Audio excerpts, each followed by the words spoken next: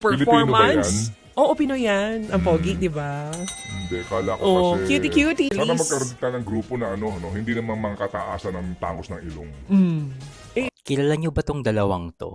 Yan ay sila Ted Filon at si Justin ng SB19 at silang dalawa ay trending ngayon sa social media na Twitter or X dahil sa comment ni Ted Filon sa ilong ni Justin ng SB19. Sa mga hindi nakakakilala dito kay Justin, ayan siya, member siya ng sikat na P-pop group na SB19 nga. And kailan lang ay nilabas nga niya yung single niya, merong comment si Ted Filon tungkol sa appearance, especially sa ilong ni Justin nga. And dahil dito ay madami ang nagsasabi or binabatikos ngayon siya ng negative comments galing sa mga fans ni Justin at ng SB19 dahil sa kanyang comment nga. At sinasabihan siya na mag-apologize daw kay Justin. Pero bago tayo mag-proceed dito sa issue na to sa mga bago, make sure na naka-follow na kayo sa Digimon TV para lagi kayong updated sa mga latest ganap online. So, ayun na nga. Panoorin nyo muna tong video na to. Ito yung joke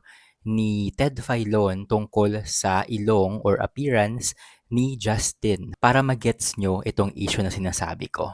Sa balitang entertainment, nako, nag-number 1 sa trending list ng X si SB19 member Justin sa kanyang first live solo performance. Oo, Pinoy yan. Ang pogi, di ba? Hindi, kala ko Oh, kasi... cutie-cutie. Gusto kita makitang ganyan ang kulay ng buhok. Oo. Grayish yan eh. Ash gray blonde, ganon. Uso yan. Sige. Laman ng pagtatakip. Eto na nga mga kapatid. Ang kanya pong performance sa asap natin ito ay trending. Tinanghal ni Justin ang una niyang solo single na Surreal. Okay. Pinuri naman ng mga 80 ng napakagandang boses ni Cha. Kwento ni Justin, inspirasyon niya sa awitin ay ang mga magagandang All original bagay. yan, ano? All original. Oo, all original yan. Yung kanta ka ko. Even si Justin, in fairness. Inspirasyon niya po sa awitin ay mga magagandang... Inspirasyon ng mga Koreano. Kasama na din yon. Kasi nga, from K-pop, meron na tayong P-pop group, which is Okay. SB19. Magkano Korean? Ang inspirasyon niya nga po sa kanyang mga songs ay yung magagandang bagay lang na hango sa kanyang imahinasyon. Nitong nakaraang linggo lang nang Sana i-release... magkaroon tayo ng grupo na ano, no? Hindi naman mangkataasan ng tangos ng ilong.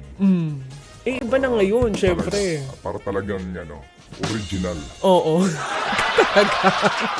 Nitong nakaraang linggo lang, Well, nang i-release ang Surreal para po sa Nagets nyo ba yung video? Kung hindi, ito, sasabihin ko na lang. So, napagkamalan ni Ted Filon na retokado or na-enhance yung ilong ni Justin. And parang may something sa tono ng boses niya nang sinabi niya na sana daw merong sumikat dito sa Pilipinas na isang group na mga all original daw. Meaning hindi retokado yung ilong, ganyan na parang Pinoy na Pinoy daw ang itsura. And dahil naman dito marami yung nagalit dahil sa comment. I'm not sure if comment ba to or nagjo-joke lang si Ted Filon dahil hindi naman daw lahat ng Pilipino ay pango. At ayun na nga, dahil dito marami nagsasabi sa Twitter, sa TikTok at sa iba't iba pang social media na dapat daw ay mag-sorry si Ted Filon kay Justin dahil sa comment niya na to. And nakita ko naman itong mga photos ni Justin nung bagets pa siya. Kalat to ngayon sa iba't ibang social media. So ayan. Sabi, ito po Sir Ted Filon, yung sana original, tunay po talaga yan, simula pa sa sinapupunan ni Tita Gemma, yung mama ni Justin. And ayan nga, as you can see, sobrang bata pa dito ni Justin. And tignan nyo naman yung ilong niya, talagang napakatangos, di ba? Talagang pak na pak yung bridge. And actually parang hindi naman talaga nag-iba yung mukha niya sa mukha niya ngayon. So wala talagang enhancement or wala talagang retoke na nangyari. Kaya naman galit na galit yung mga fans ni Justin kay Ted Filon. And I think dito naman sa side ni Ted Filon, feeling ko nasanay lang siya na naging normal na sa Pilipinas or sa iba't ibang bansa yung pagpaparetoke or pagpapa-enhance, especially kapag nag-work ka sa entertainment industry. Parang halos lahat ng artista ngayon talagang parang dumaan na sa retoke. Kahit yung mga komedyante sa Pilipinas, talagang nagpaparitoke na talaga sila. And sa Korea naman, parang at the age of 18, parang normal na sa mga tao, sa mga bata na magparitoke para ma-enhance ang kanilang looks. Kahit na sasabak sila sa pag-aartista or hindi, parang normal na sa kanila na pagandahin yung kanilang sarili through surgery or plastic surgery nga. And ito naman yung ilan sa mga comments tungkol dito sa issue na to. Right now, ayan, meron ng more than 11,000 na tweets or comments tungkol kay Ted Filon na mag-apologize nga daw siya kay Justin. So sabi, Justin simply got it from his beautiful Mama Gemma. Ayan, Sir Ted Filon naman, di po ako nakaka-premium. Ayan. In fairness naman, talagang matangos din yung ilong nung mommy ni Justin. So ayan, may pinagmanahan naman talaga. Sabi pa, tumanda yata ng paurong si Sir Ted Filon. Di ba uso research sa'yo? Nakakawalang respeto ka. Mema sa ilong ni Bunso. Sabi pa, di ko to pinansin kanina kasi ang busy ng lola mo at ayoko ma-stress. Pero Diyos mio Marimar, said Sir Ted Filon, ilugar natin sa tama ang mga jokes natin, ano? Joke pa talaga yan? Ano ba problema mo sa Pinoy na matangos ang ilong? And ito pa, sabi, good morning to this beautiful human being na madalas mapagkamalan na not a pure Filipino because of his pure, natural, and mesmerizing beauty. Ted Filon apologized to Justin. And ito pa, tawang-tawa ako dito. Sabi, I'm sorry, Ja. I had to para maging original ka, sabi ni Ted Filon. And as you can see, inedit niya yung ilong ni Justin na matangos. Ginawa niyang pango para daw magmukhang original na, para magpasok na sa original standards ni Ted Filon when it comes to Filipino artist na dapat daw pango. And ito, meron pang nag-mention sa News 5PH. Sabi niya, hi, kindly remind Ted Filon that not every Filipino is pango. There's nothing wrong with being a mixed Filipino. Nagpa-enhance man or not, walang mali dun.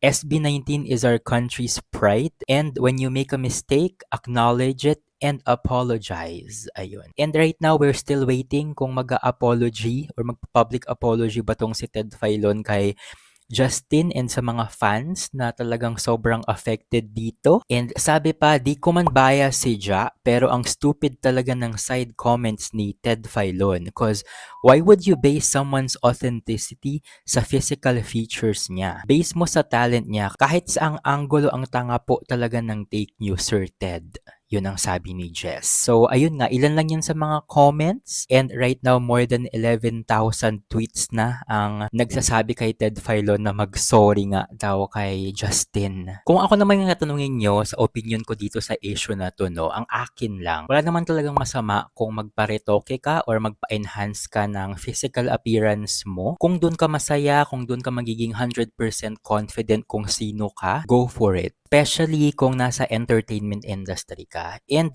sa panahon ngayon, no, 2024 na, parang halos lahat ng sikat na artista, mga singers, celebrities dito sa Pilipinas, or kahit saang bansa pa yan, kahit sa Korea, kahit sa United States, talagang nagpaparetoke talaga yung mga tao and normal na talaga yun ngayon. I'm not sure bakit big deal kay Ted Filon na gusto niyang may sumikat daw na original artist or Filipino artist na yung mga pango yung ilong, mga ganyan. So, hindi ko alam kung joke ba or seryoso siya sa remark niya na yun. And real talk lang tayo, no? Dito sa Pilipinas, kahit gaano ka pa ka-talented, kahit gaano ka pa kagaling sumayaw, kumanta, umarte, sobrang onte lang yung nabibigyan ng chance na sobrang sumikat kapag hindi ka pogi or hindi ka maganda. Let's say, for example, sa mga singing contest dyan, let's say sa tawag ng tanghalan or sa Philippine Idol, mga ganyan, ang mga nananalo yung mga talagang pogi or maganda. Parang kahit gaano ka pa kagaling kumanta, kung yung itsura mo ay hindi naman ganun ka-appealing sa camera, parang siguro kasama ka lang sa top 10 or top 5, pero bihirang nananalo sa mga ganito yung talagang hindi magandang tignan sa camera. Yun yung pinapasikat kasi yung talagang